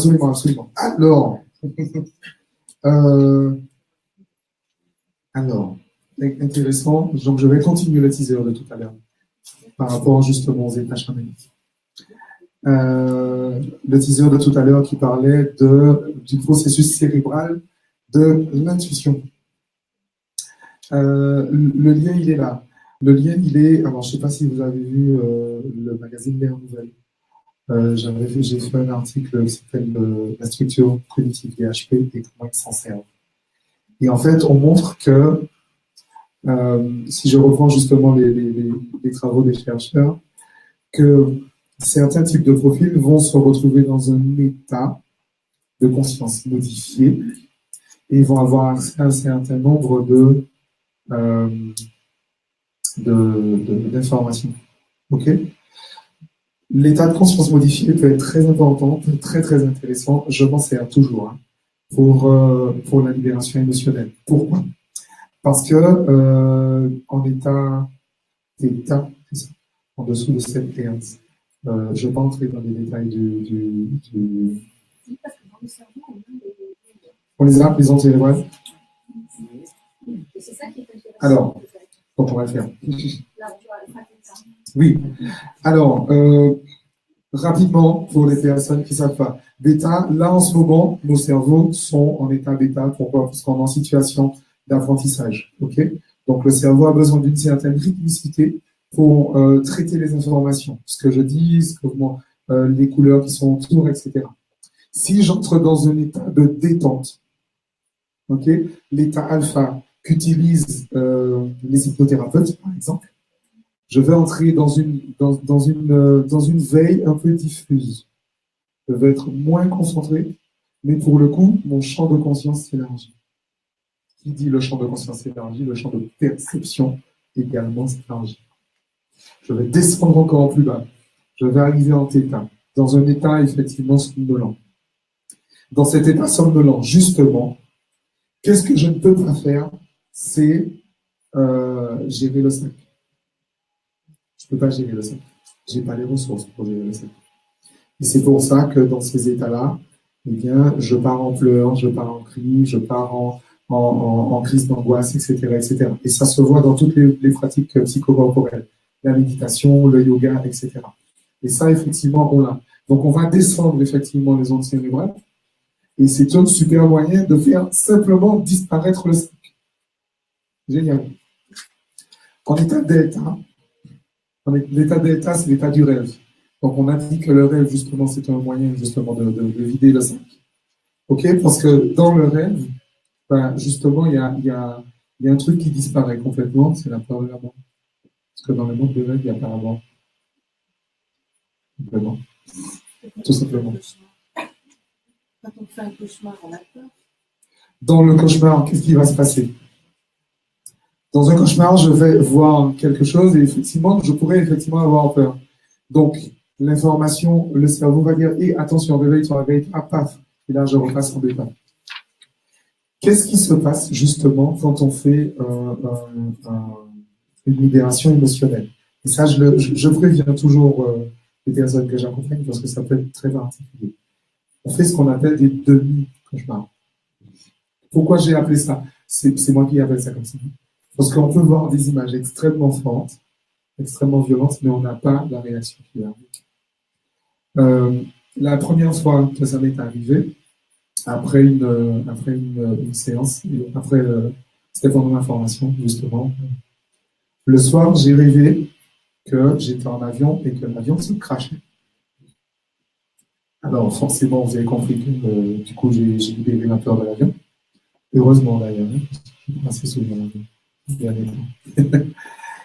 Mais je me suis réveillé dans un état un peu second, parce que j'étais surpris par ma réaction. Dans ce rêve, l'avion se crache, et je me dis, zut, je ne serais jamais allé en avion. Et dans le rêve, je nage. L'avion quitte Fort-de-France pour aller à Paris. Et l'avion se crache, mais au large de la Martinique. Et dans le rêve, je nage jusqu'à Fort-de-France. Et j'ai mon attaché, j'ai mon ordi. Et il fallait absolument que je sois à Paris. C'est extrêmement surprenant, en fait. Ça peut être complètement déstabilisant. Certaines personnes que j'accompagne ont l'impression de devenir folles. Parce qu'elles se disent, mais attends, si je ne réagis pas, parce que normalement, quand un avion se crache, je dois avoir peur. Eh bien non. Quand tel ou tel événement se passe, on m'a appris que là, je dois être malheureux, là, je dois avoir peur, là, je dois pleurer, là, je dois m'indigner, n'est-ce pas? Mais tout de coup, ça se fait pas. Et donc, en fait, dans un état de rêve, je vais vivre une désynchronisation, justement, entre l'événement et la tonalité émotionnelle. Juste histoire de... vous avez peut-être entendu parler des substances psychoactives qu'utilisent même traditionnellement certaines... les chamans, justement. Ok? Ça fait pareil. Ça fait pareil. Ayahuasca, yoga, ou Yalon, des choses comme ça. Ça fait pareil. Le principe est exactement le même. Dans une transe chamanique, je vais effectivement vivre l'événement, mais du coup, dans un champ de conscience extrêmement élargi, j'ai bien conscience que l'événement est l'événement, le ressenti est un choix.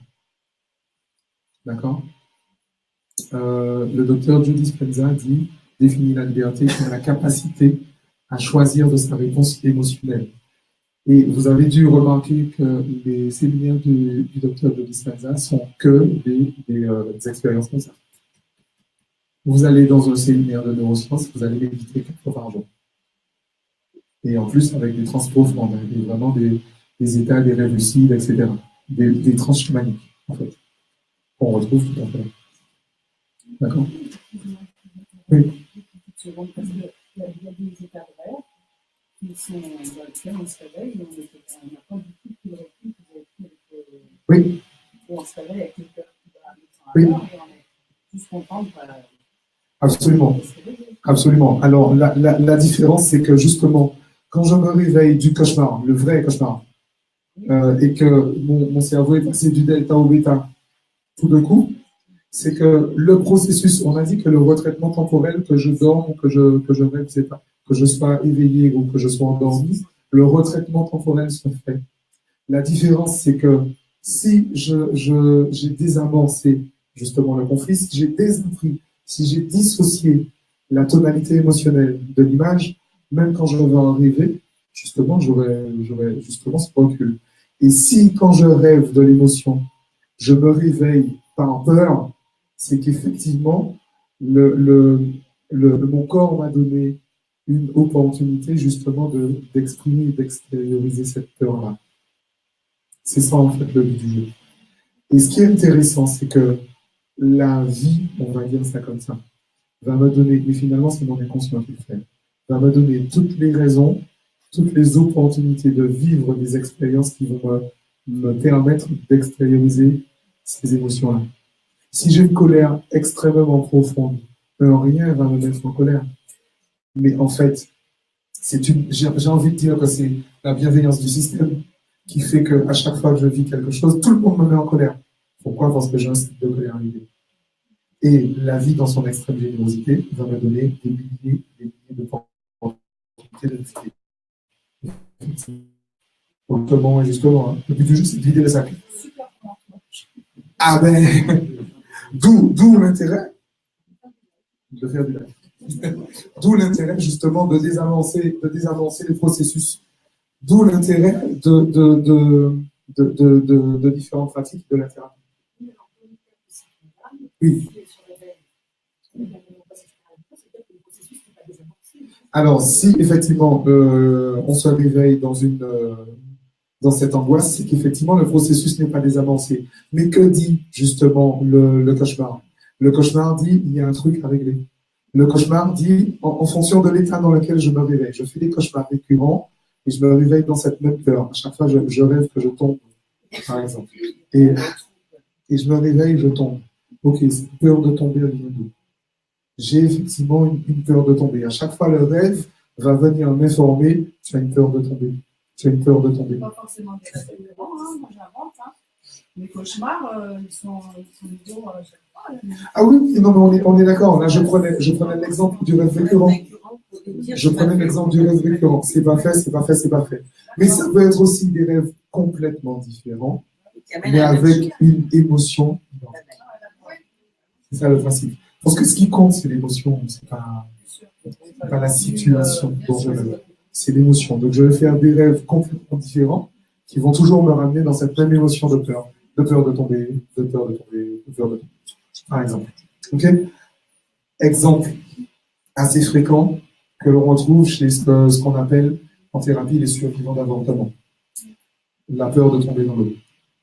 OK? La peur de l'eau et la peur de tomber dans l'eau. Les survivants d'avortement. Qu'est-ce qu'on appelle un survivant d'avortement? C'est quelqu'un, un survivant d'avortement et quelqu'un dont les parents ont envisagé l'avortement. Qu'ils aient fait l'acte ou pas. Okay. Il a envisagé l'éventualité d'un avortement. Et là, effectivement, on le voit dans la vie. Pourquoi? Parce que la peur de tomber, un avortement, on crève la poche des os, hein, et on tombe. Ok? On parle bien de voix basse. On glisse. C'est le principe. D'accord? Très, très, très fréquent dans ce genre de truc. Depuis que je fais ce métier-là, à chaque fois que j'ai eu des personnes qui avaient des problématiques avec l'eau, il y avait une survivance d'avortement.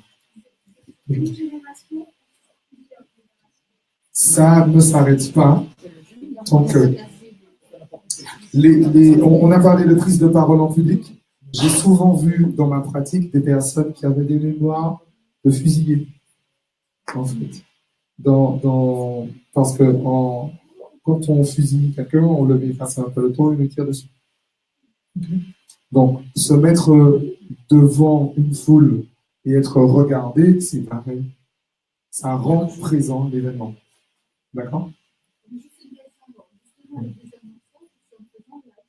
Le désamorçage, c'est par exemple en faisant le live. J'ai d'autres techniques. L'EFT, ça fonctionne aussi. L'hypnose, ça fonctionne, etc., etc. Le processus, le protocole, consiste à désolidariser, j'allais dire, séparer l'information de la tonalité émotionnelle. Okay? Envoyer de l'euphorie là où il y a eu de la peur, par exemple, pour reprendre l'exemple que je vais donner là. D'accord? Et dans le processus mystique, par exemple, la peur, vous avez bien compris que les peurs, on se les crée. Quelqu'un qui est dans un délire mystique, je vais dire c'est un délire mystique, on prend les choses comme elles sont. Le bon Dieu même. Ouais, comme ça, mais vous avez compris que toutes les croyances se vérifient. Donc, elles sont toutes fausses. Toutes les croyances sont fausses parce qu'elles sont toutes vraies. D'accord? Et comme je crois fort que le bon Dieu m'a puni parce que j'ai volé de l'argent dans le portefeuille de maman, je peux aller voir Anthony Robbins si je veux, je peux aller voir le meilleur coach financier du monde, je vais toujours porter mes entreprises parce que je suis dans un processus mystique qui veut que le bon Dieu m'a puni. D'accord? On est toujours dans le même système. Une croyance, il y a une physiologie.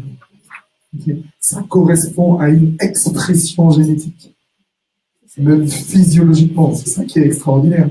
Physiologiquement, il y a une expression génétique. Et vraiment, regardez les travaux du docteur Bruce Lipton, c'est extraordinaire. Il y a des gènes qui s'expriment et d'autres qui s'expriment. Ce qui est particulier, c'est que quand on a réinformé la cellule directement à la base, c'est ça qui est intéressant avec le live, c'est que là, on va informer la cellule directement dans le corps, là où ça vibre. Et on va modifier la vibration des cellules. OK? Donc, à partir de ce moment-là, j'ai effectivement une expression génétique différente. J'ai entendu dire un jour, sérieusement, dans un reportage, que les personnes qui étaient victimes d'agressions sexuelles avaient pas un gène, mais je veux dire, il y aurait eu elle ou moi, c'était elle. Oui. Parce qu'il y a quelque chose qui attire. C'est exactement ce que vous dites. Oui, absolument.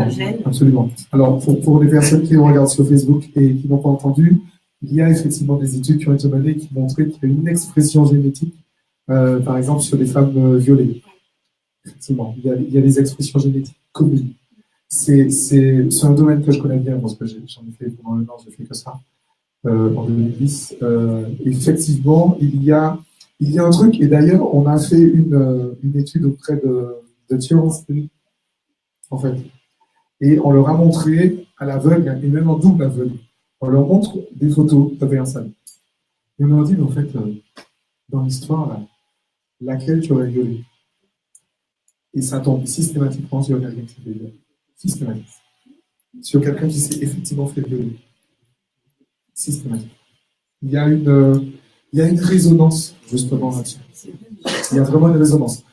La résonance, au sens où on l'entend physiquement, physiologiquement, en termes, comme on nous apprend la résonance, les vibrations, la résonance, la phase, justement, comme on apprend sur le lycée, c'est exactement la même chose. Il y a une résonance.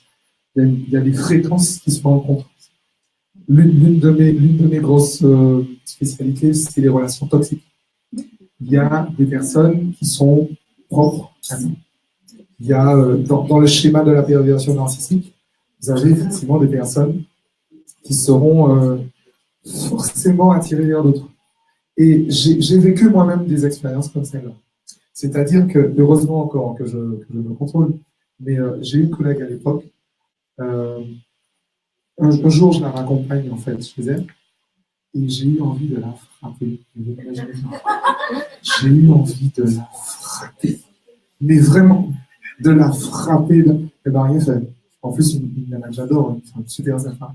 Mais j'ai eu cette envie de la frapper, de la frapper, de la frapper, de la frapper encore. Alors, effectivement, j'étais en formation en plus. Donc, j'en ai parlé à mes formateurs. Et ça dit quoi? Ça dit qu'il y a une expression de colère qui est là en moi. Et je n'attends qu'une chose, c'est que quelqu'un me dise « frappe-moi, s'il te plaît ». J'ai envie de frapper quelqu'un. Je n'ai pas osé frapper. Peut-être ça a été maman ou papa, je n'ai pas osé parce que ne frappe pas maman, ne frappe pas papa. Et en fait, le simple fait de le penser, processus mystique, le simple fait d'avoir eu l'envie d'avoir imaginé que peut-être J'étais tellement en colère contre moi dans ce jour-là que j'ai mis mon point en fait pour m'arrêter. Mais ça ne se fait pas. Ça ne se fait pas. Parce que le monde est la vie. Donc, j'arrive en face de cette femme qui est plaintive, j'ai envie de la boxe. Parce que j'ai quelqu'un, tu sais, ça peut pas être maman, mais ça peut être elle. Et puis, comme par hasard, ils ont le même prénom. Ils sont en résonance. Comme par hasard, ils ont la même couleur de peau. Ils sont en résonance. Comme par hasard, ils ont d'autres choses en commun. D'accord? Alors, quand on le sait, on se dit, bon, ok, je le sens, mais combien de personnes auraient eu cette réaction que moi j'ai eue? Combien de personnes, effectivement, ont avoué, ben, je ne sais pas ce qu'il m'a pris, d'ailleurs, il m'a frappé, je l'ai demandé. Mais c'est pas forcément lié à un processus mystique. Par exemple, quand vous Ah, parlez forcément. des relations toxiques. C'est pas forcément lié à un processus mystique, mais c'est forcément lié à une réponse émotionnelle. C'est forcément lié à un trauma, c'est-à-dire un blocage émotionnel, une émotion que je m'interdis d'extérioriser, donc elle va passer ailleurs. Parce que la nature est tellement bien faite qu'elle va me donner l'occasion de passer ailleurs. Absolument. Ben, c'est une résonance. Une relation se joue toujours à deux. Il y a quelqu'un qui a envie de boxer, il y a quelqu'un qui dit boxe-moi.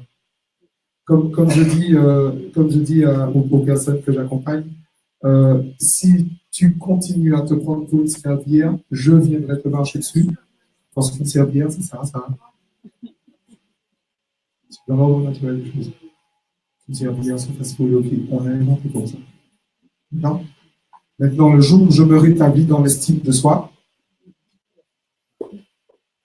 le jour où je me rétablis dans mon estime de moi, l'estime de soi, je suis pas une serpillière, je suis déjà épanoui, comblé, heureux. Je m'aime, je m'approuve, je me préfère, je me félicite.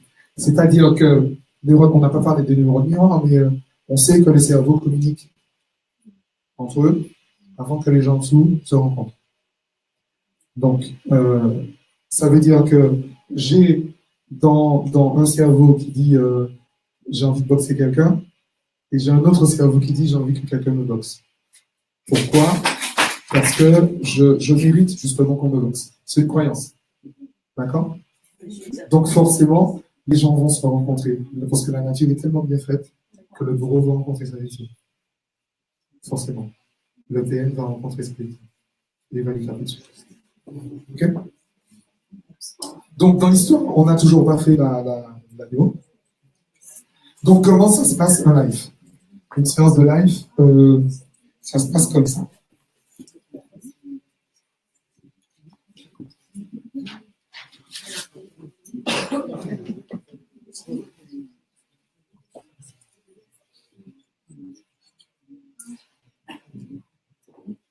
Donc, ouais, on fait le numéro émotionnel. Alors, pour expliquer pourquoi elle a un bandeau sur la tête, et le bandeau, il est relié donc forcément à la machine. Je ne sais pas si on voit bien.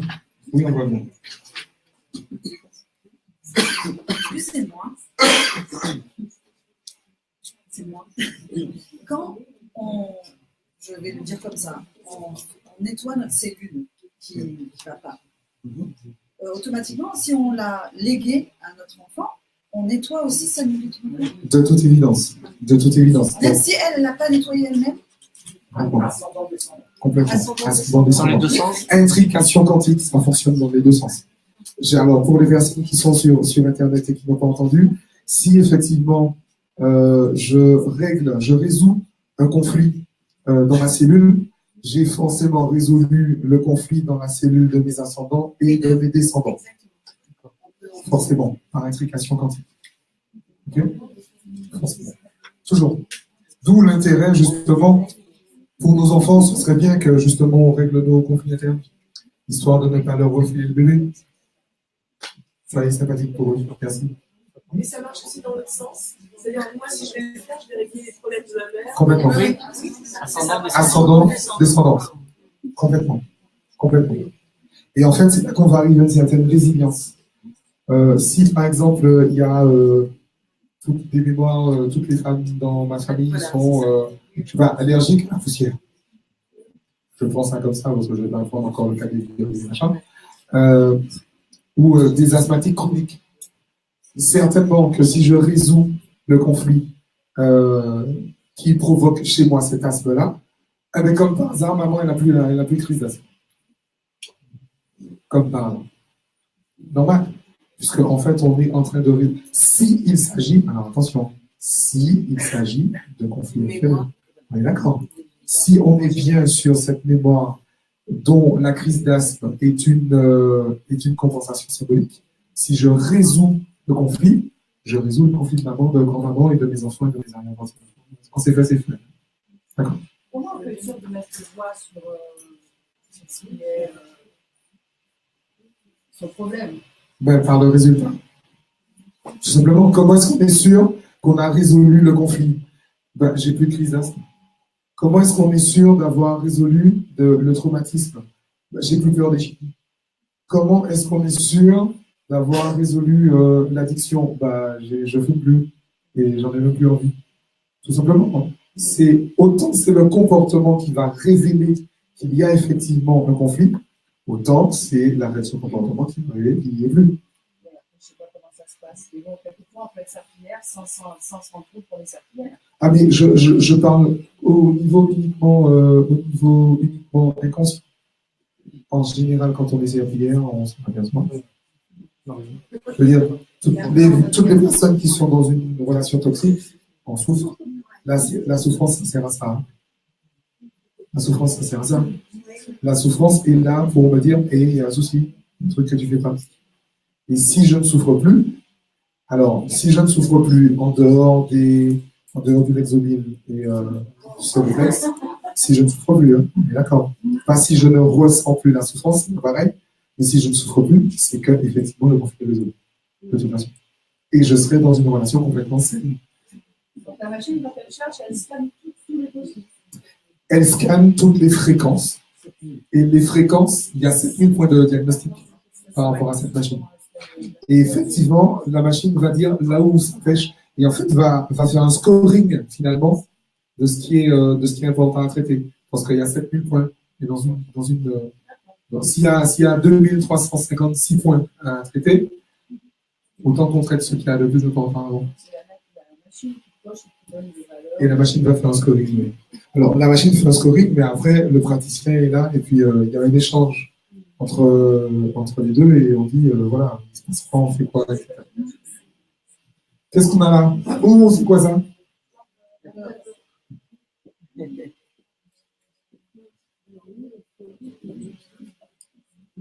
Alors, je vais voir.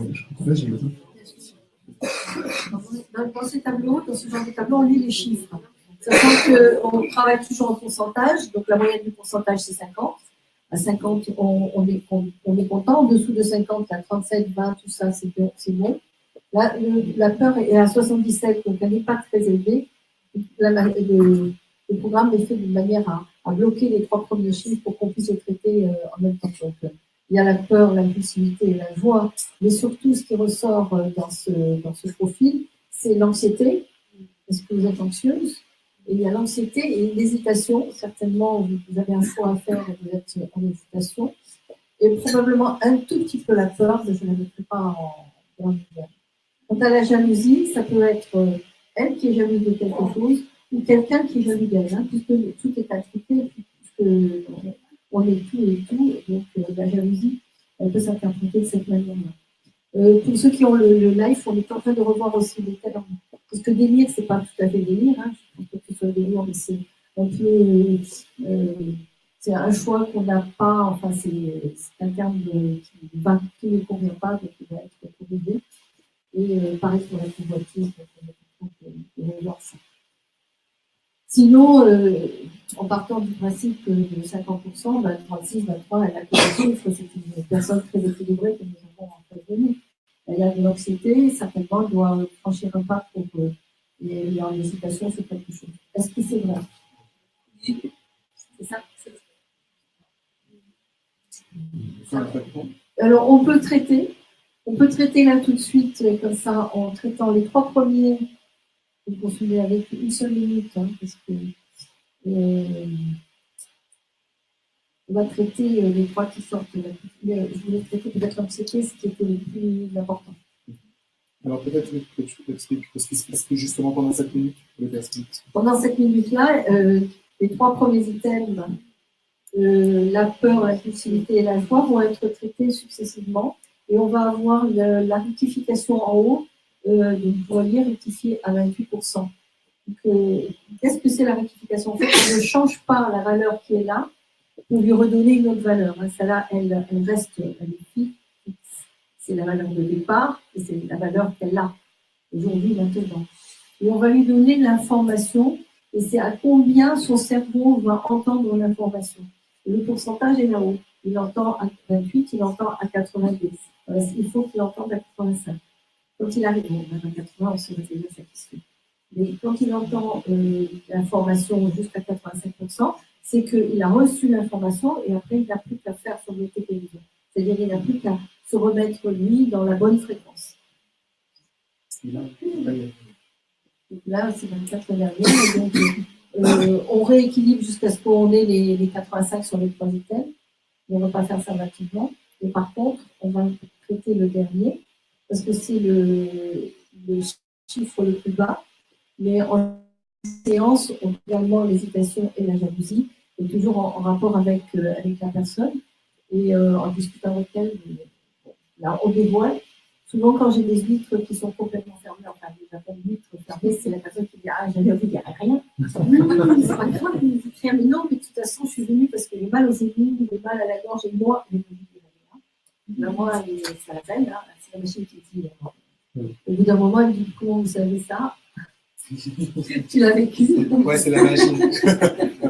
Tu l'as vécu, mais comment vous savez ça? Et on est un peu trop vif. Mais bon, on reste très passif devant ce qu'on écoute, parce que toute la journée, on débluffait nous-mêmes, on débluffait, on en fait la séance. Et on n'est pas tout seul, on partage nos expériences avec les thérapeutes qui travaillent avec nous.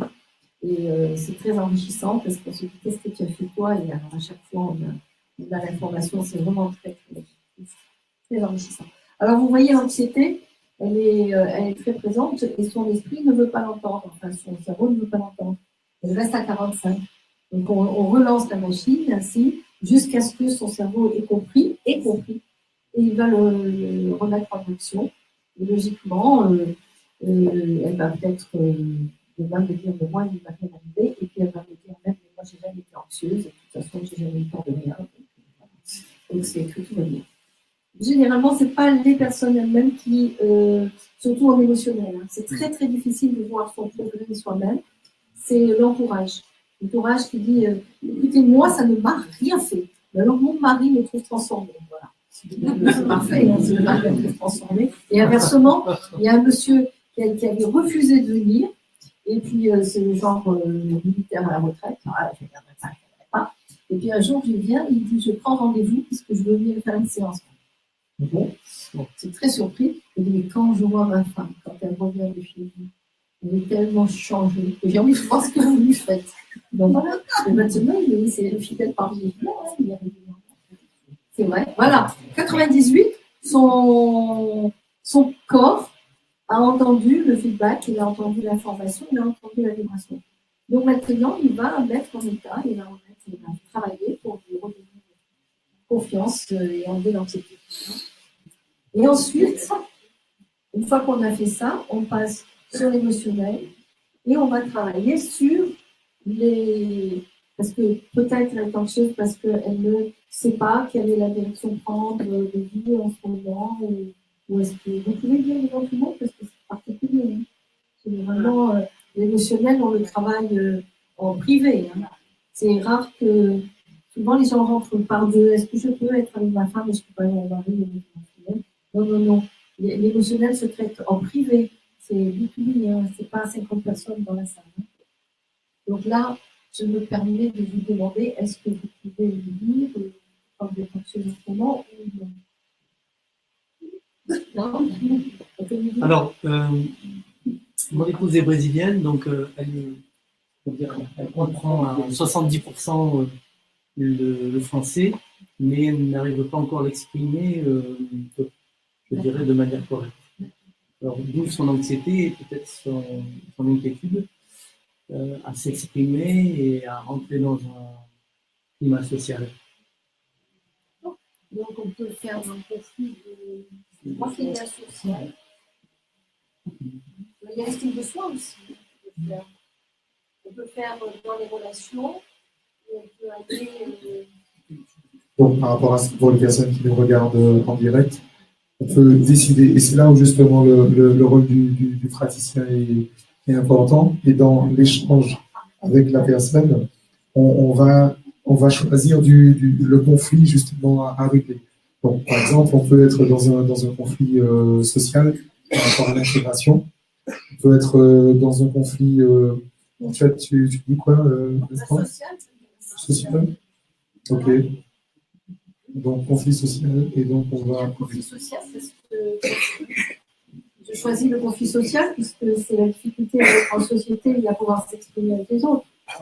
Et peut-être après, il faut faire l'estime de soi simplement pour se sentir bien avec soi et dire, bon, moi, si je parle moins bien, ça va venir, c'est difficile de parler bien pour de l'État.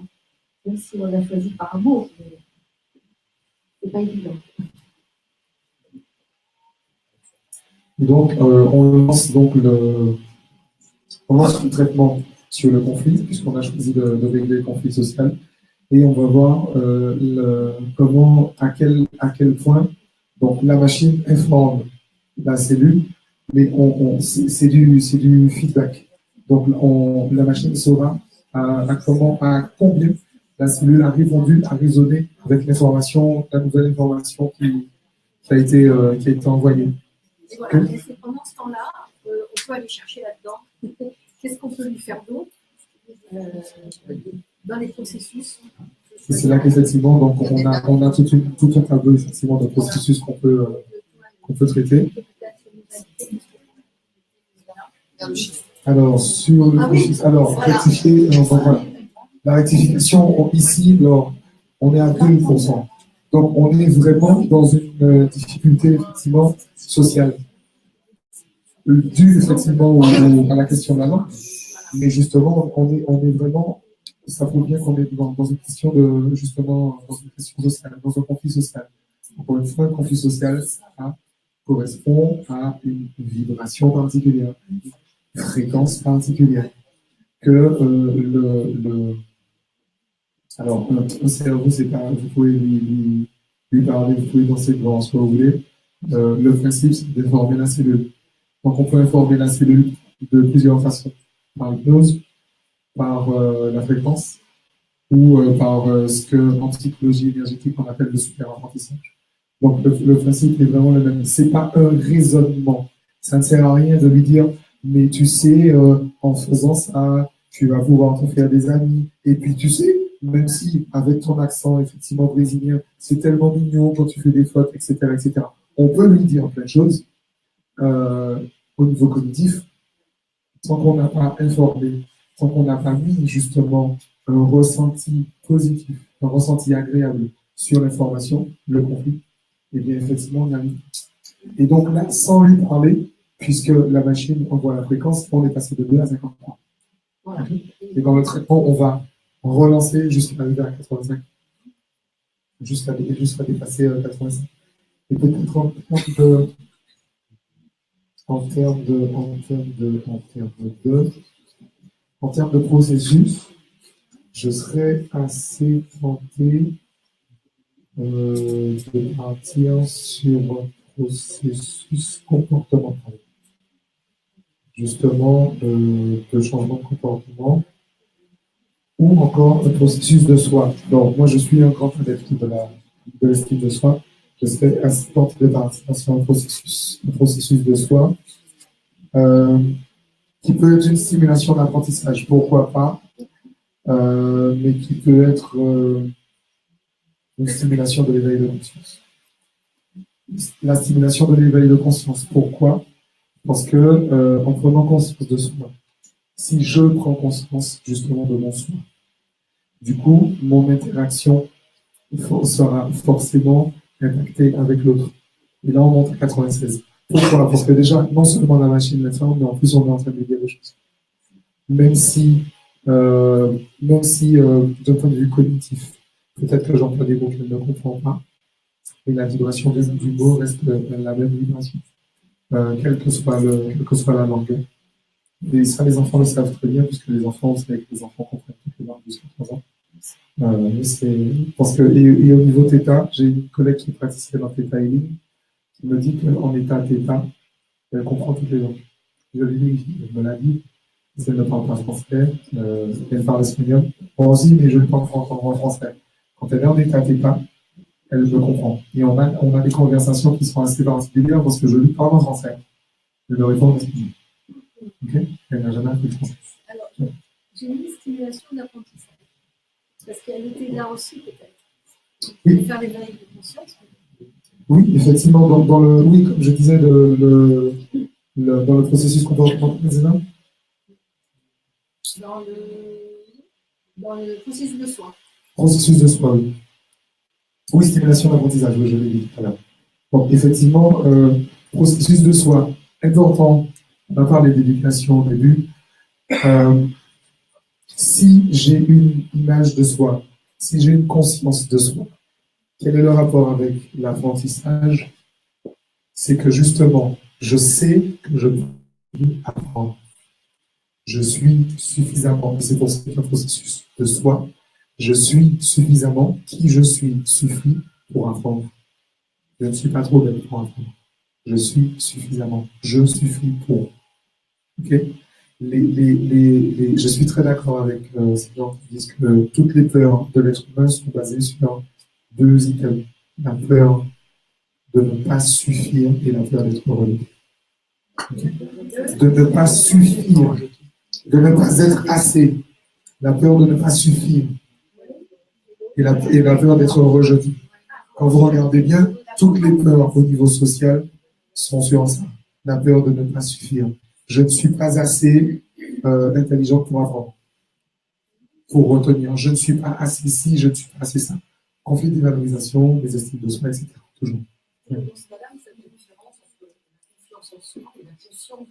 Complètement. Je suis un parfait détracteur de la confiance en soi. Je trouve que ça ne sert absolument à rien. Mis à part à vendre des programmes sur Internet, mais ça ne sert absolument à rien, la confiance en soi. Le nombre de choses que j'ai fait alors que je n'avais aucune confiance, mais j'avais une conscience. J'ai été appelé, le trip me disait vas-y, fais-le. D'ailleurs, en vrai, l'intuition, c'est ça. Hein. Et j'ai décidé d'être coach intuitif, vous avez remarqué. Je n'ai aucune confiance quand je fais les choses. Mais vraiment, mais ça ne sert à rien. Mais absolument rien. Ça ne m'apporte rien. Il y a des gens qui fonctionnent comme ça, il n'y a pas de souci. Moi, ça ne m'apporte rien. Par contre, la conscience de qui je suis. Je sais qui je suis, je connais mon système de valeurs et je nourris mon système de valeurs. J'ai une estime de soi. Donc, je fais. Par amour pour moi, je fais. Même si j'ai peur. Trembler mais oser, comme dit le docteur Suzanne Defons. Je tremble, mais j'ose. Et c'est kiffant. C'est super kiffant. La notion de conscience est extrêmement importante. C'est pour ça que moi, en tant que praticien, par exemple, j'aurais eu effectivement tendance à aller vraiment vers le processus de soi. Peut-être que notre praticien va choisir autre chose et ça aurait été tout à fait valable. D'accord? On n'est pas là pour dire qu'il y a des meilleurs et des moins bons. C'est pas ce que je dis. Je dis que la démarche, en fait, est pas la même. Ok? On est où? Je veux rebondir sur ce que tu as dit. En effet, hein, c'est un programme qui nous est donné et sur lequel vous pouvez agir, enfin en tant que thérapeute, vous pouvez avoir des choix très différents de ce que l'on vient de vous proposer et être quand même dans le droit chemin. C'est un caméléon, le life system. Hein. Il s'adapte vraiment au thérapeute et pas l'inverse. C'est pas le thérapeute qui s'adapte à la machine. Donc, le choix que là on vient de vous montrer, Léon me propose un choix et moi instinctivement j'appuie sur un autre. On a juste tous les deux. Hein. On a juste tous les deux. Et d'ailleurs, j'ai fait stimulation de la concentration et on est à 28. Donc mon intuition ne m'a pas trompé non plus. Et tout à l'heure, quand on a mis conflit social, on était d'accord tous les deux sur le thème, on était à 2% de démarrage. Il a fallu ramener pour monter, hein. On est d'accord. Il y a combien de personnes qui ont le live ici? Oui, à la maison, hein, pas ici. Oui, une dizaine. Une dizaine. Oui, alors, on parle un peu pour les uns et pour les autres. Hein. On parle un peu pour ceux qui sont thérapeutes. Et puis, bon, les clients qui l'utilisent. J'espère que vous avez suivi, compris. Est-ce que vous avez des questions à nous poser? Profitez-en. Pendant que vous êtes encore là. Parce que demain, il va prendre l'avion de soir pour vous. Il faut parler. Faut parler. Demain, on va voir Paris. Donc, on va passer effectivement aux questions-réponses. Et c'est à ce moment-là qu'on dit au revoir à vos internautes qui sont avec nous depuis le début. Ok. Donc, vraiment merci à toutes les personnes qui nous ont suivis. Ça fait bientôt 2 heures qu'on est ensemble et je vois qu'effectivement les gens sont encore là.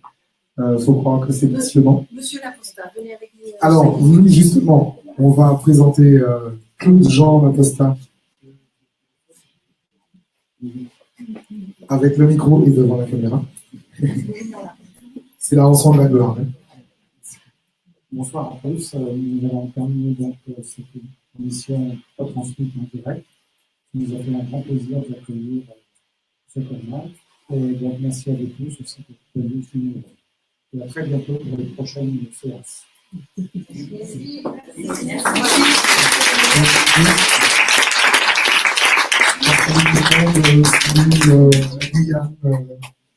Le Québec salue encore une fois nos amis du Congrès Constitutionnel international à Mamet et à tout bientôt. Alors, à bientôt, effectivement, tu me dis, on vient, on arrive. On sera là. On a très très envie de venir en Tunisie. Donc on viendra. C'est son pays d'origine. Et d'ailleurs, effectivement, c'est vrai, c'est son pays d'origine. Retour aux sources. Merci encore et à très bientôt. N'hésitez pas à contacter donc Camp sur Facebook. Et puis moi, partout où vous m'arriverez, on pourra vous donner toutes les infos là-dessus. Amusez-vous bien.